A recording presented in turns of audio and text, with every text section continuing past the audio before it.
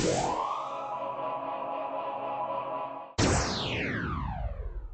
reproduction of this content is not allowed without the express written consent of EBH Fitness LLC.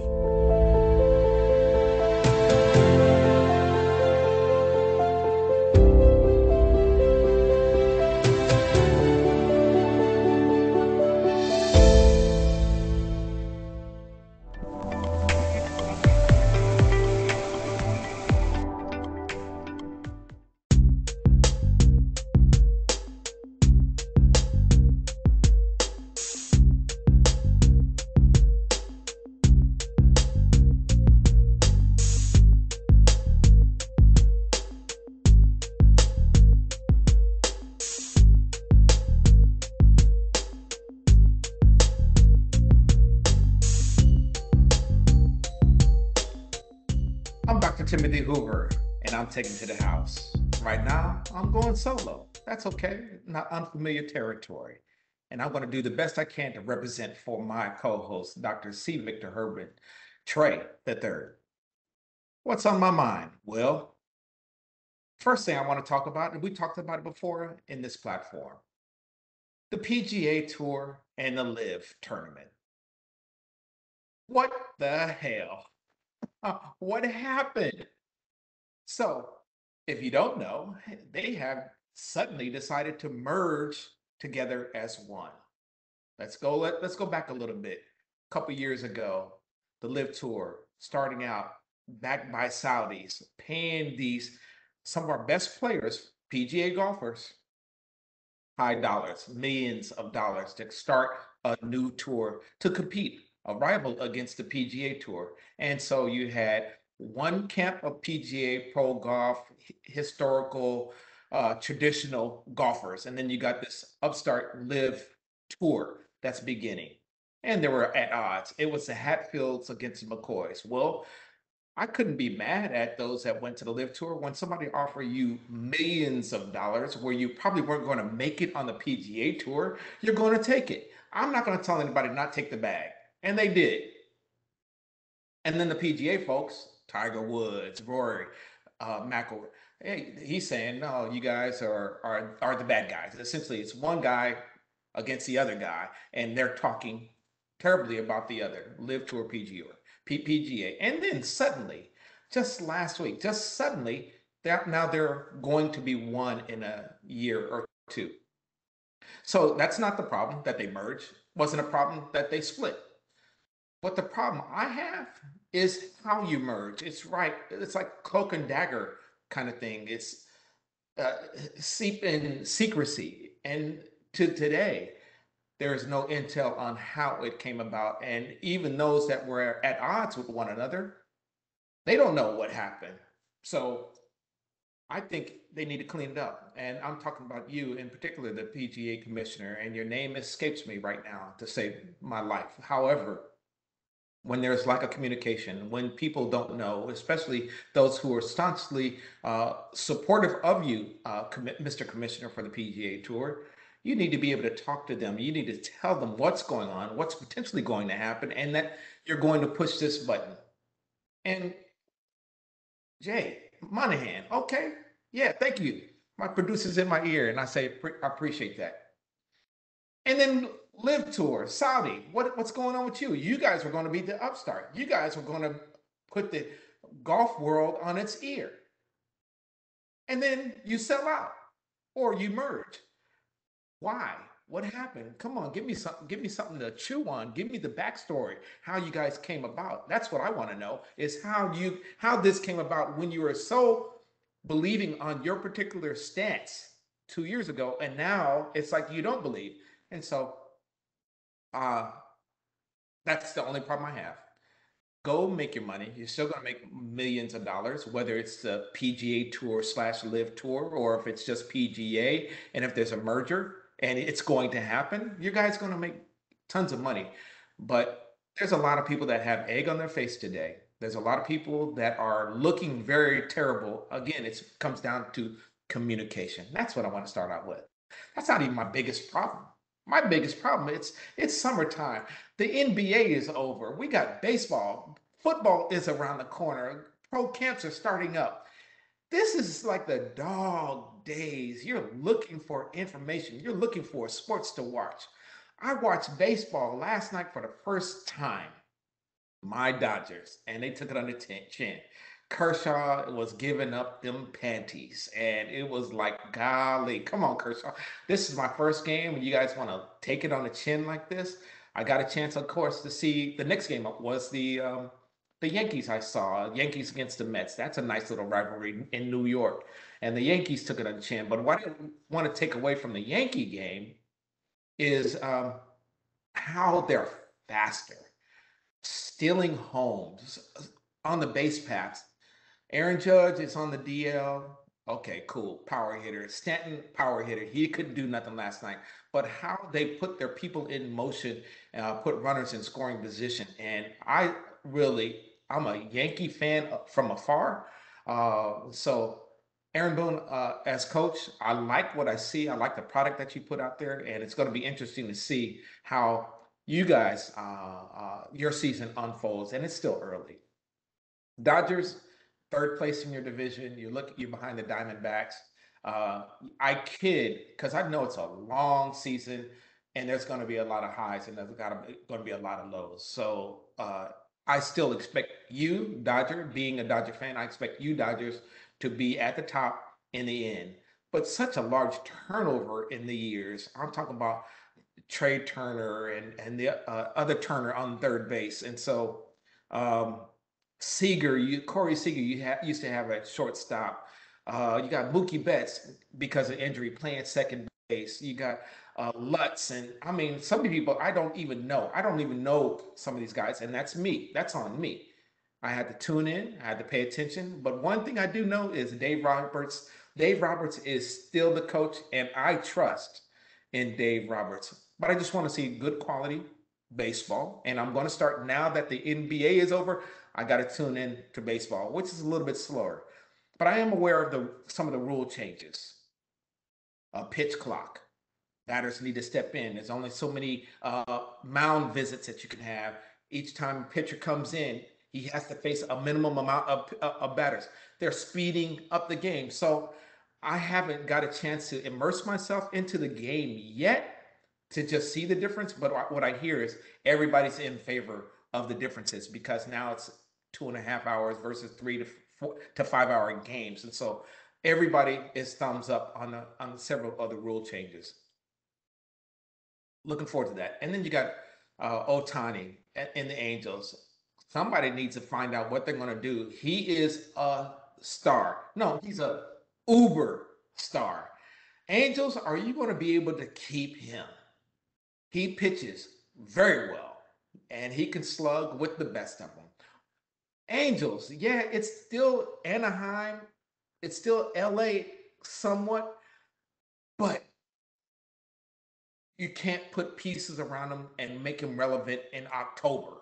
That's what it's really about. Making your name, making your fame in October. And so this is taking it to the house, and this is my opinion.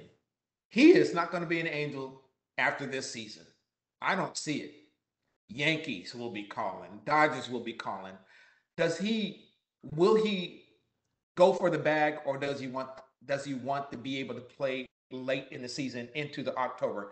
I think that's what every little boy grows up to want to play is in the World Series. You just don't want to play 182 games and then that's it. That's the end of your season. Yeah, you may make a lot of money doing that, but people want to go into October and play. September, October, late fall, early winter. That's what they want to do to make their name. So Otani, I expect him to move. That's my take. We're going to pause and come right back, getting into the NBA. I always bring this up. A lot of people don't realize you play basketball. And going into this year, you were the leading rebounder returning in the area. Like, how much did basketball help you on the football field? You know what I'm saying? Darius Barfield just graduated San Diego State. I can't remember. I don't know if he started 3 or 4 years, but the dude was a phenomenal standout at El Dorado, and then he went and he'd been playing cornerback.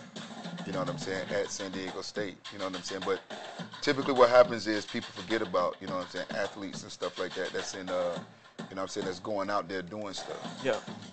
So, and we want to really just pull back the veil a little bit and get into the mind of what a high major Division One athlete goes through the process to make a decision on where they're going to spend the next 4 to 5 years of their life. So I resigned like the day of my last my last high school football game. So that happened, and with that happening, I was like, all right, I got to reopen it back up because, you know, I'm not sure what's going on. I didn't know if my running back coach was going to stay or not, and I thought he was going to stay at the time, but if he didn't stay, I was like, I'm not going to go there anymore. We're back. The NBA is finally crowning a champion. And I, for one, need to apologize to Nugget Nation, Denver Nugget Nation. I did not see this coming. I didn't expect it to come. Matter of fact, I'm being an LA guy. When you swept me, you got my attention. You opened my eyes. You busted my head wide open. And I have to ask the question, can they repeat? Because that's just normal, right?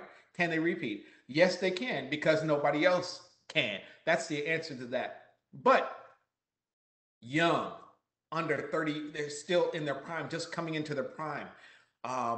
Pretty much everybody, their core is signed and intact. Will they have the disease of me, or will they continue? And Michael Malone, being the coach, will he be able to keep them together, focus on the team versus me? And I find him fascinating, being Michael Malone. I find him a very good coach. I believe in the finals, Eric Spoelstra is one of the best coaches, coach of Miami, one of the best coaches, probably top 2 or 3 in the NBA today. And he may go down as one of the top 10 of all time when it's all said and done. That's just my take. I believe Michael Malone outcoached Eric Spoelstra. If you notice the zone that the Heat were running on Denver said, "Oh wow, okay, you got me. I gotta figure it out." And they did. You put the big guy, put the Joker in the post, feed everything through him, and he's a willing passer, and you break it down immediately. He's tall, he's a willing passer, he's a very good passer, and/or he'll just turn around and shoot a bunny right over your tallest guy who could not match up. Bam or whoever, Zeller, whoever, they could not match up with the Joker. So that's one of the reasons why they can repeat, because there's nobody in the league, in my humble opinion, that can match up with the Joker. So, can they repeat?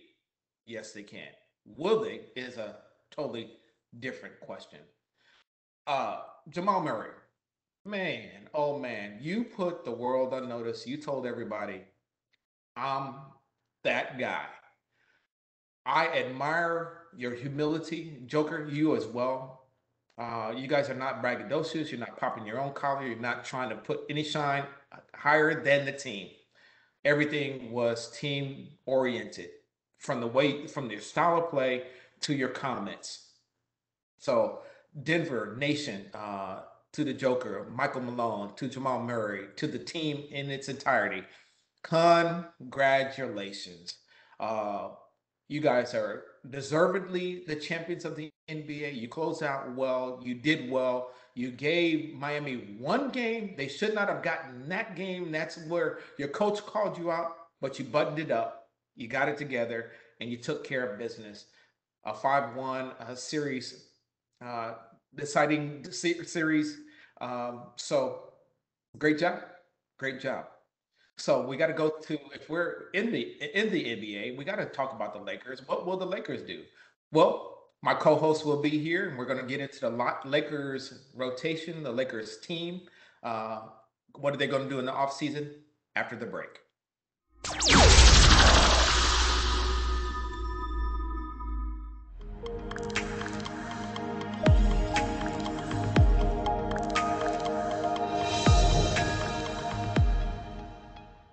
Well, we're joined by our co-host, Dr. C. Victor Herbin. Bruh, it's good to have you back, because I was going wide open like a stallion. The barn door was open and I ran out of it. Now they try to rein me back in. Okay, well, glad you're here, brother. Clearly, I talked about a few things and I shared it with you in the green room. What are your thoughts? Where's your head been? We have missed you. We have missed talking sports. What's on your mind? Well, I tell you, it's great to be back with the fans. It's obviously great to be back with you. Traveling, bruh, traveling. I mean, it's been great travel. It, we kind of forget some of the things we missed out when COVID. Yes, it felt like it's been an eternity, but it's really only been 2 years since we've been removed from COVID. And I Mm. had the opportunity to reconnect with family, traveling the country, traveling the world. And I just came back from LA. And I'm gonna tell you, January 2020 was a rough time for not only Laker fan, but this for Laker lovers, Kobe lovers, man, because of that tragic incident, like almost set the whole, just put the whole earth off another axis. January 2020, he passes a tragic death, him and Gianna, and that crew on that helicopter. And what, 60 days later we have COVID. Well, I'm gonna tell you. I had a chance to go to LA, and bruh, I saw murals, man. And Mm. there's this mural right around the corner from the Staples Center. Yes, I'm gonna call the Staples Center screw crypto. Okay, the Staples Center, man. And you talking about epitomized black the Mamba mentality. It even has a pictorial of Gianna and as she's an aspiring basketball player. Bro, it had this snake, this black mamba, and this Kobe with this intense look. That was impressive, man. And so really being able to go back almost like the mecca of where it all began as we're closing out the NBA season, but the mecca where it all began, seeing so much history, but really being able to see the value of what Kobe brought. I also had opportunity to go to Boston, Massachusetts, Springfield, Massachusetts. Yes, it may be exciting for Steve to hear about Boston, but I was in Boston. I went to the NBA Hall of Fame. Yes, your boy, but where I went to the NBA Hall of Fame, and there they also had an outstanding tribute to Kobe.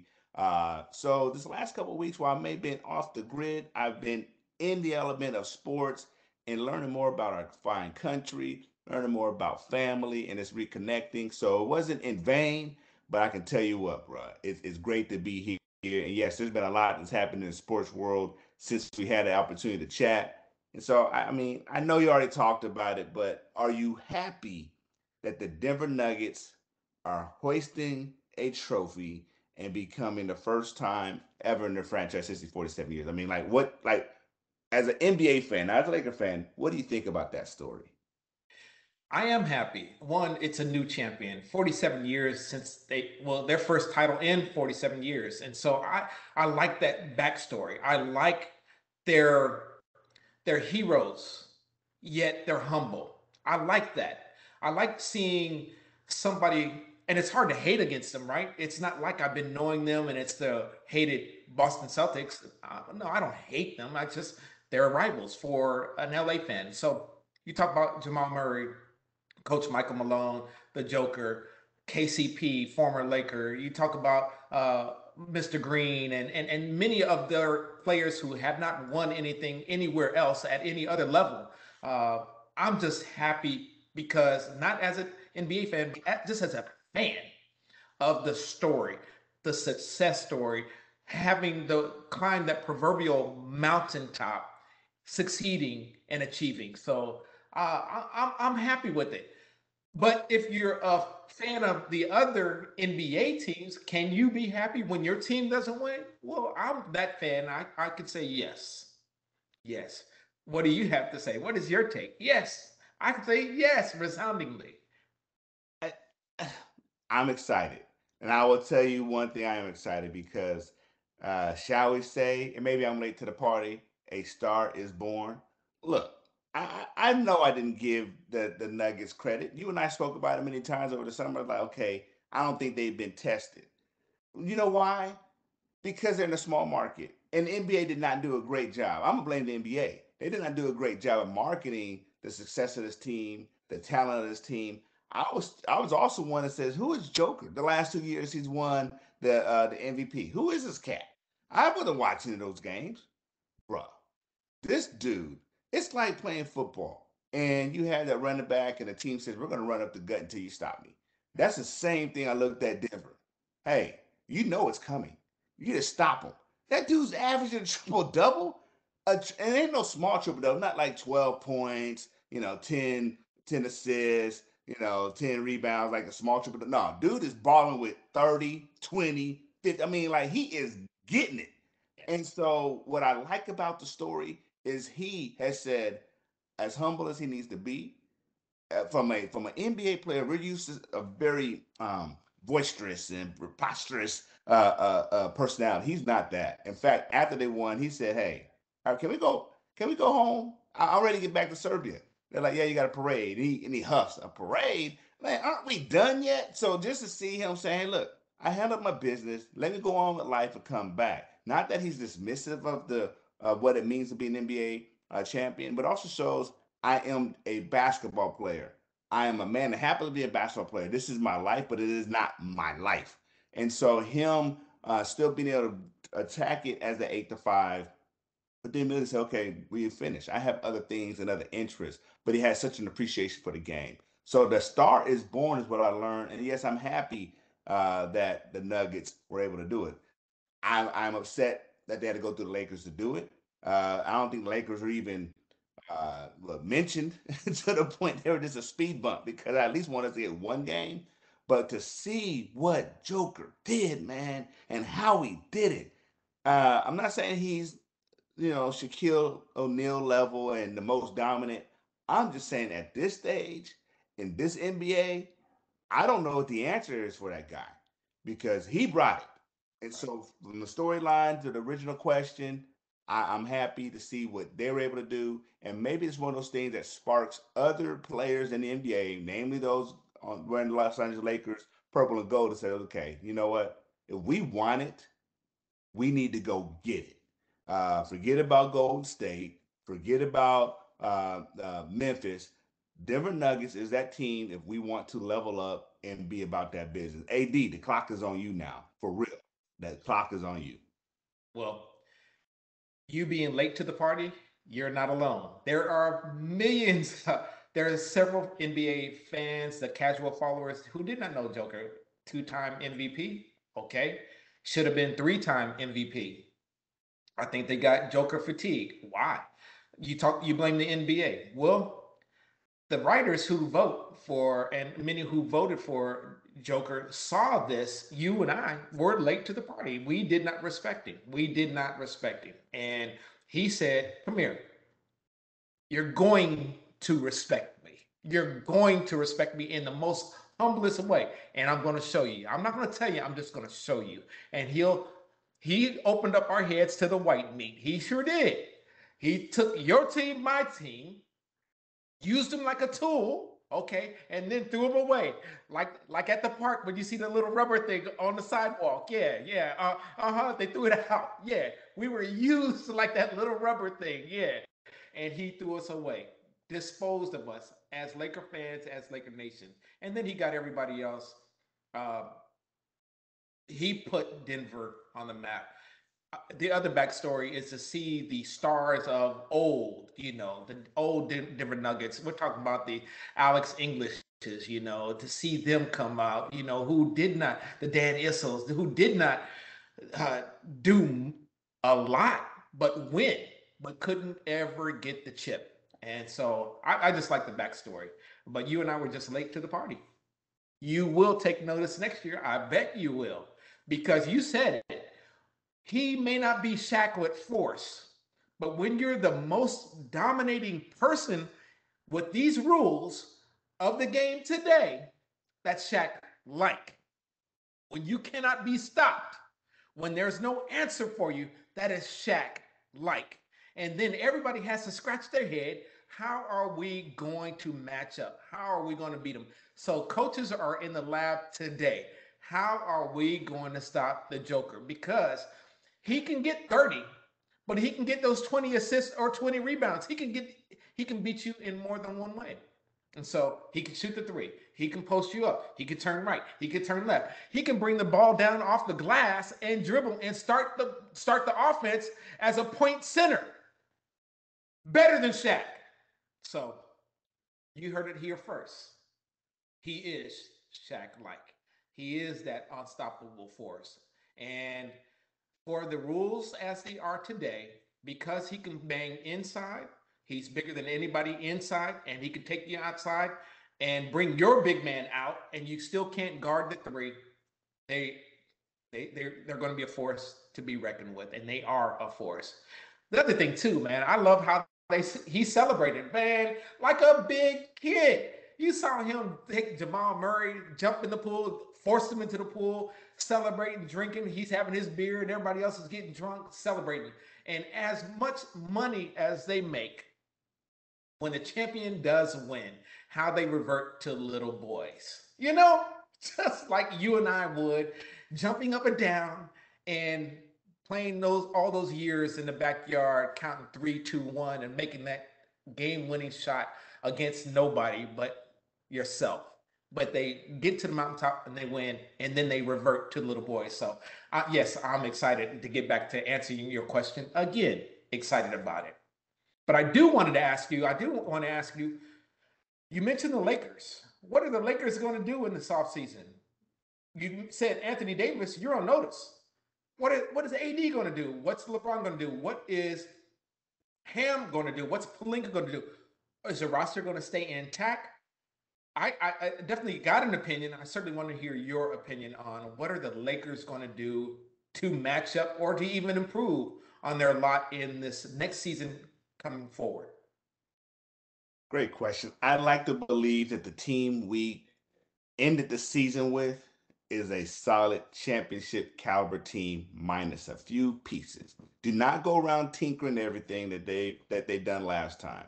So I believe this time definitely D'Lo needs to go.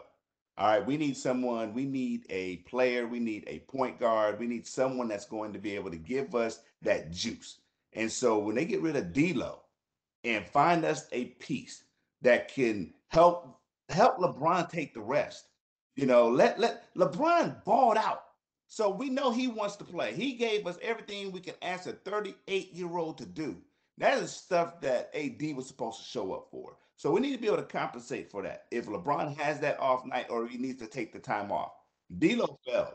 Our point guards failed. We need that magic piece where he can get those assists, a player that's going to be able to play defense, that player that can also get us at least averaging 18 to 20 points passing. So I want us to get a nice solid point guard. The CP3 thing looks good on paper, but it was 11 years ago when we wanted to get on last time. Thanks a lot, David Stern. So what do I look at? I look at the Trey Youngs, maybe the Van Fleeks. I'm looking. What I'm looking for is a point guard that has the defensive prowess, but offensive that's going to still strike some intimidation. Jamal Murray from the Denver Nuggets showed us what a two-headed monster can do. We have a two-headed monster, and in the words of Dennis Green, we knew who they were, and we didn't do what we had to do. I mean, so we had to crown them, but we have that. We have that. And so if we find a way to level up, we got to keep Hachimura, we got to keep Austin Reeves, AD. He is who he is. I still think he kind of came up and he almost redeemed himself enough this postseason with his health wise. Now it's a matter, can you tap into your inner dog? For Joker to be a European player, he has some dog in him. Like he's no softy. That dude gets down with it. And so that's that piece I want AD. And I almost want to start putting AD almost in that Giannis category. Hey, bro, what you gonna do? Who you gonna beat? And that's why I say he's on watch. So from a Lakers standpoint this year, don't gut and go with no Kyrie or no high money a player. I believe our answer is in that point guard who can facilitate.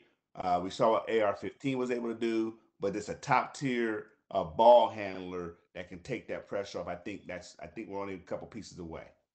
Okay. Man, that's a good take. And I agree with the point guard is our weakest position that has to be addressed. But I want to talk about something that we talked about in the thread. I want LeBron to be able to relinquish and give and facilitate to Austin. Let Austin Reeves be the point man, the point guy. Let him initiate. He's a sound decision maker. He doesn't turn the ball over much. He's good for the and ones. Steve, hot mic. Steve, are we picking you up? No, actually, he doesn't come on. They can't hear him. Oh, okay. They can only hear us. He's got to cut that part then. Cause I didn't know. I'm here. I'm like, oh snap. Okay. Yeah.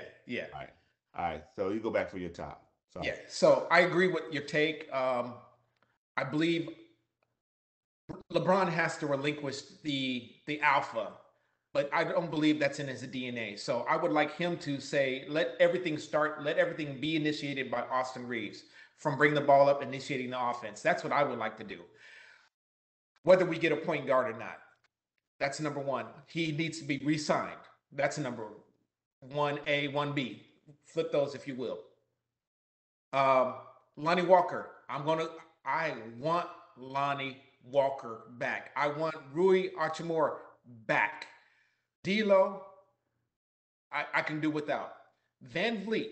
Okay, if we can't do Chris Paul is 38 years old, and he breaks down in the postseason. Man, I get that, but I like his style. If we can get that, as you say, 11 years ago, Chris Paul, great. So that would be in the form of Van Vliet or somebody like that. I need a dog, but what I want is a Derek Fisher incarnate. That's what I want. And that's a Van Vliet who will knock down a three, who will drive on you, who will dunk on you if he could. And so that's what we need, and that's our biggest hole right now. So I agree with that point. D'Lo can go. I have a funny feeling he ain't gonna go. I have a funny feeling that Schroeder is not gonna go. I have a funny feeling that they're just gonna run it back. And I'm not too terribly upset with that because you get Ham with this roster as constructed, an off season, a summer camp, a preseason, and give me 82 games. We're gonna be okay, but it still hasn't answered. Can they match up against Denver? You talk about the two-headed monster in Jamal and Joker. Can we?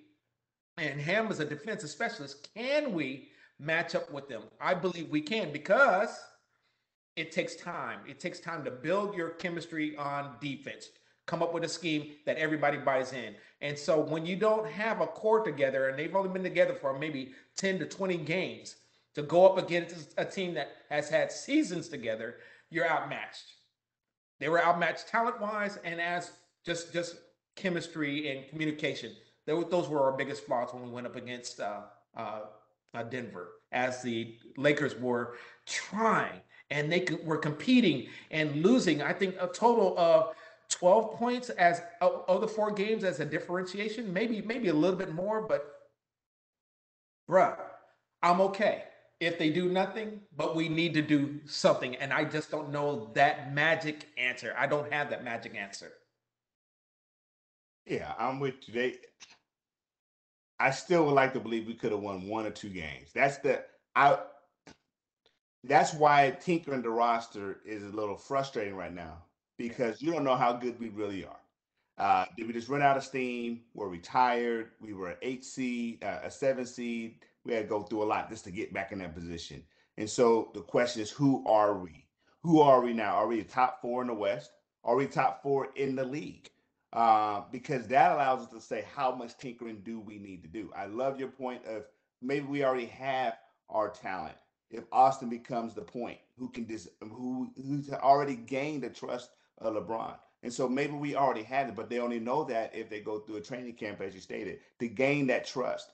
I just don't want us to be so good that we can't get there, but so bad we can't get there, but so good you don't want to mess with. Because right now Denver is in that sweet spot. I think they are the team to beat in the West, dare I say, because I think Golden State is reloading and has lost their general manager.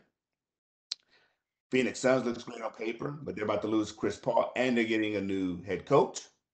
Memphis, they don't know who they are anymore. What's going to happen with Los Angeles?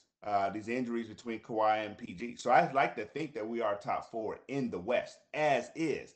And our records from the All-Star game, our defense, our offense, I mean, we are one of the best teams in the league. So that's what makes it so tantalizing to say, wow, what do we really have? Do we want to tinker? Definitely don't blow it all the way up. So it'll be interesting.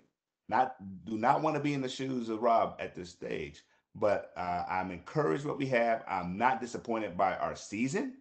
To be 2-10, I'm a believer in him. So great job overall from a Laker perspective.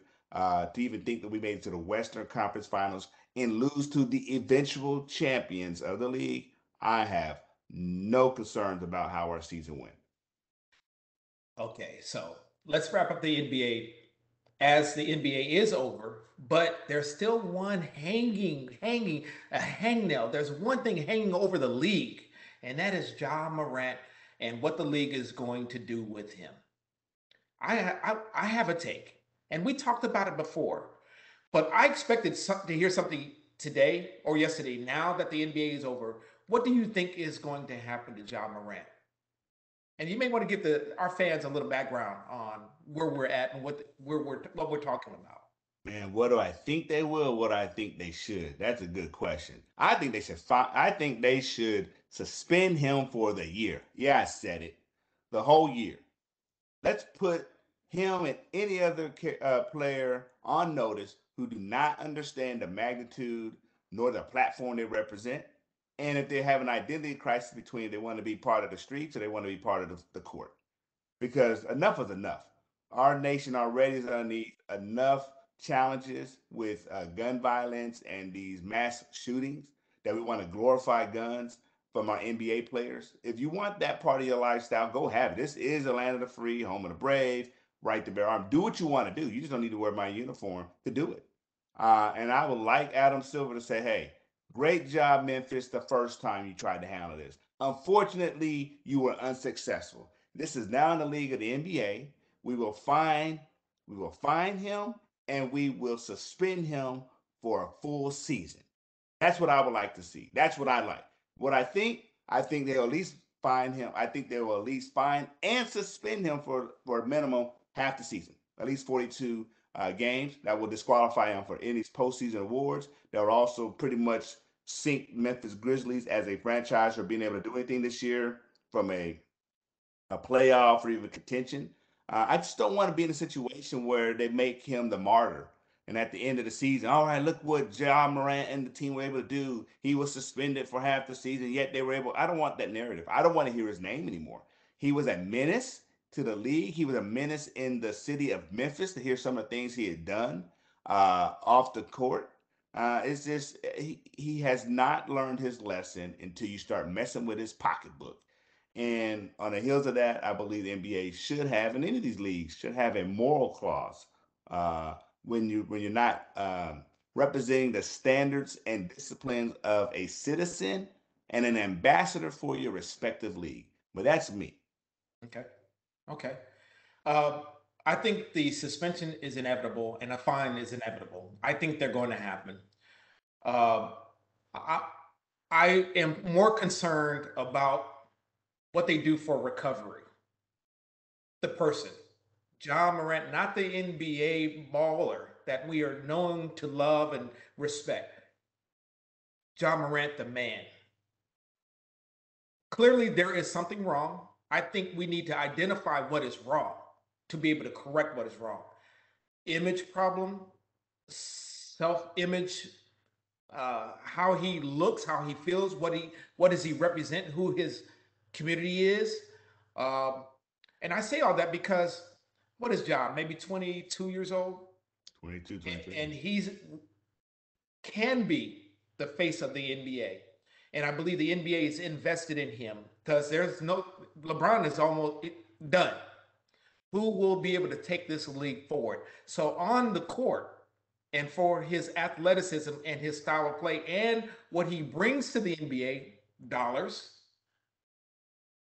I think they need to invest into Ja and helping him fix whatever is wrong.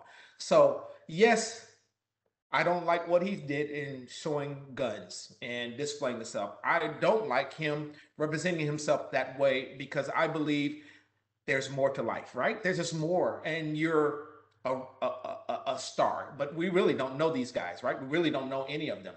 Maybe this is who he really is, or maybe this is who he wants to be. But clearly, it's not, as you say, morally for the NBA and for imaging, it's not what they want to be the face of or be identified with anybody who is going to be brandishing guns at a nightclub or uh, laissez-faire like on any social media. So, having said all that, I did want him initially. I wanted him to be suspended for 1 year, but now that I've had a chance to settle down, simmer down, cool down, I'm a dad also. I have nephews, you like a brother to me, and he's a black man, maybe caught up. I still believe in second, third, fourth, fifth chances like the good Lord has given me over the time. I just want them to be able to mediate and remediate and or be able to fix him, help him get the help he needs. And that's what I think the NBA is responsible for. Not just suspend, not just fine, and then discard him. Help him. Help John Morant. That's what I would like.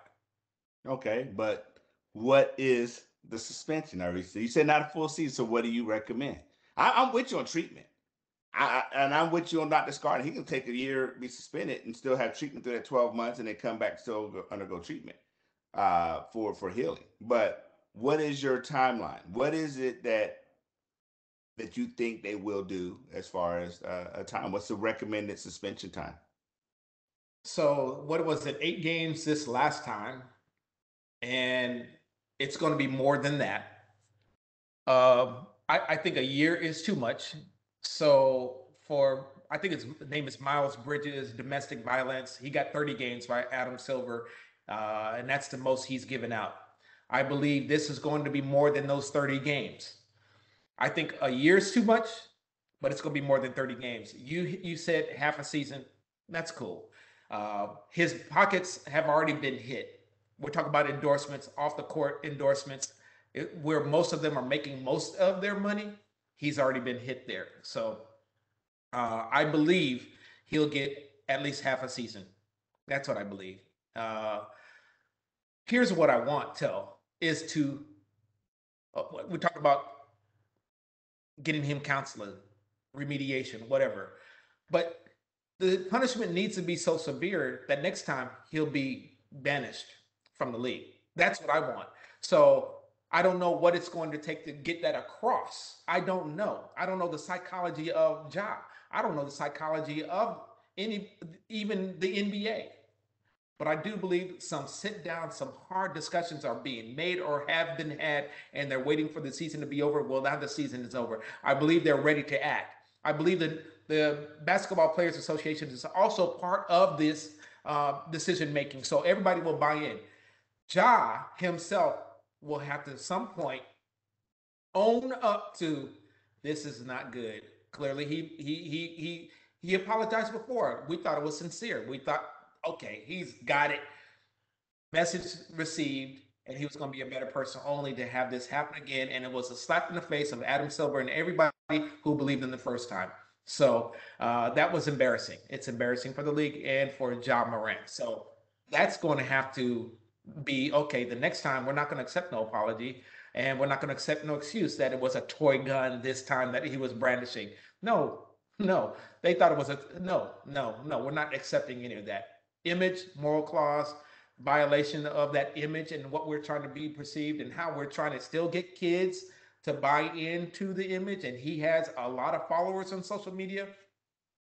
It should be severe enough that it doesn't happen again, and or you're suspended from the league forever. I don't know if I answered your question, sir, but it's me rattling. Oh yeah, yeah. You answered it. You answered it. I'm just interested in how how they pursue. I think this is an opportunity to. We talk about the casual fans. Yeah, You can keep or lose the casual fan right here. right. We talk about the power of Bird and Magic Johnson in the '80s, late '70s, early '80s, saving the NBA. So this is another opportunity where Adam Silver, I believe, has a very big decision on his hand on how he saves the NBA. Because if you're not able to effectively handle player conduct, then we already talked about the NBA is a players' league. So it's great that the NBA Players Association is involved in this. But if you don't handle this the right way, the players will run amok. Yeah, Uh, and so I think that's why it's very important how he does this and how they still show we do care about our player, but we yeah, also care about the image of the NBA and what Michael Jordan is able to do as he continued to put the NBA at a higher level, what LeBron was able to do. So if Ja, which I don't believe he'll be the face of the NBA now. I mean, this is a very, very dark spot. Now he didn't hurt anyone, but we remember Right. Kobe when he had his infraction. That kind of put that ding on his record. They put that ding on his record so long, even after as he's about to retire, they started bringing that up. Yeah. Michael Jordan's ding was not even the gambling. I mean, they tried to bring it at him, but he never gambled on the game. He took his time off, went to play baseball, came back and won some more championships. Magic Johnson never had a ding on his record. He had the untimely, he got infected with HIV virus. So when we start looking at the face of the franchise, they're not absolved from any wrongdoings or some negative public press, but what they done as a character other than LeBron. I cannot think of anything LeBron has done off the court that has dinged him and his legacy as a man and as a ball player. I just don't see John Morant having that opportunity now with this very dark time that's placed him in a situation where he's facing a suspension of any length due to Yeah. disciplinary situation off the court. I believe he can get past this, and I believe the NBA can get past this, and it will, because the NBA is bigger than any one person or commissioner. This is on Adam Silver's watch, and being a players commissioner, he's going to do the right thing, and I like Adam, so he'll do the right thing. Um, well, bruh, we're at the end already. Golly, time sure flies. I'm glad you were able to join us when you did.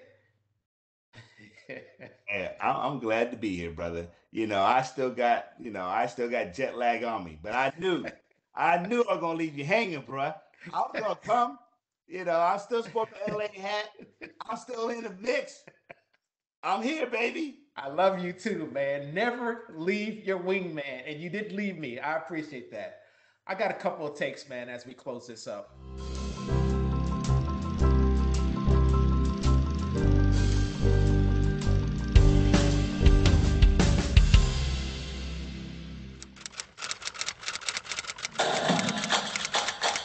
El Paso's on a national map. It's just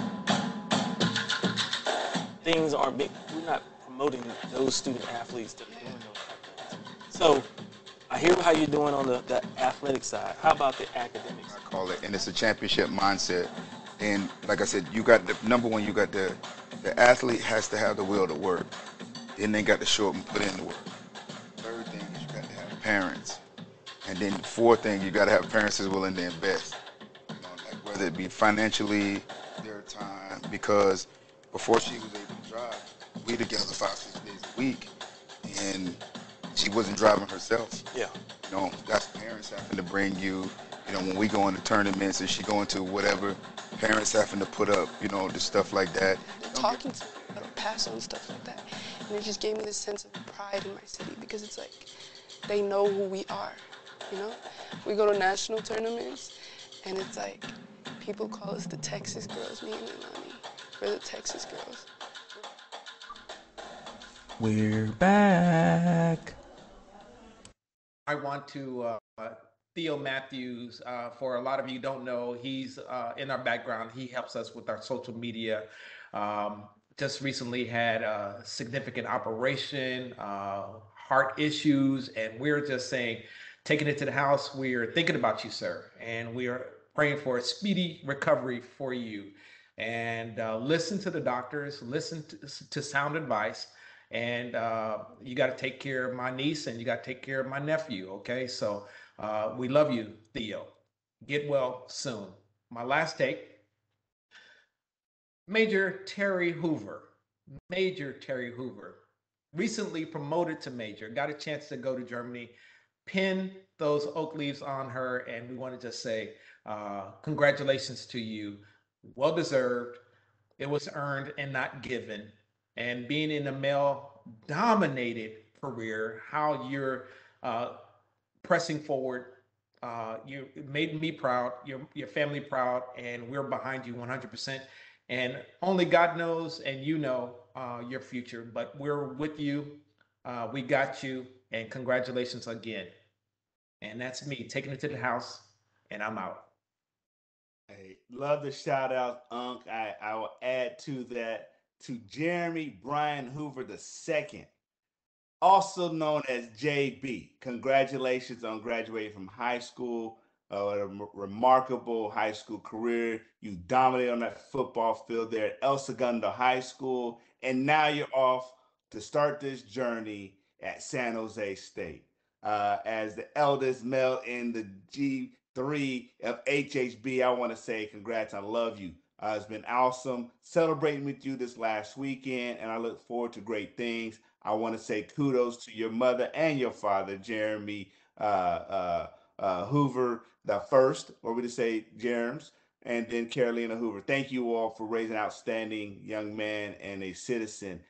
You all have done great things in the lives of your children, and to have that first one leave the nest, what a remarkable thing you've all done. So it's been great. And so the land of us celebrating all within HHB, Terry, JB, and best lucks and wishes, and definitely our prayers for our social media content manager, Theo. We love you guys. But as we stated, we're back, and we're having this exciting summer. We'll be with everyone on our social media, Facebook, Twitter. Holler at us if you can. If not, we'll see you every week. We throw out some hot content for you guys. So we love you all. Take care. Dr. C. Victor Herman III from Take It to the House is out.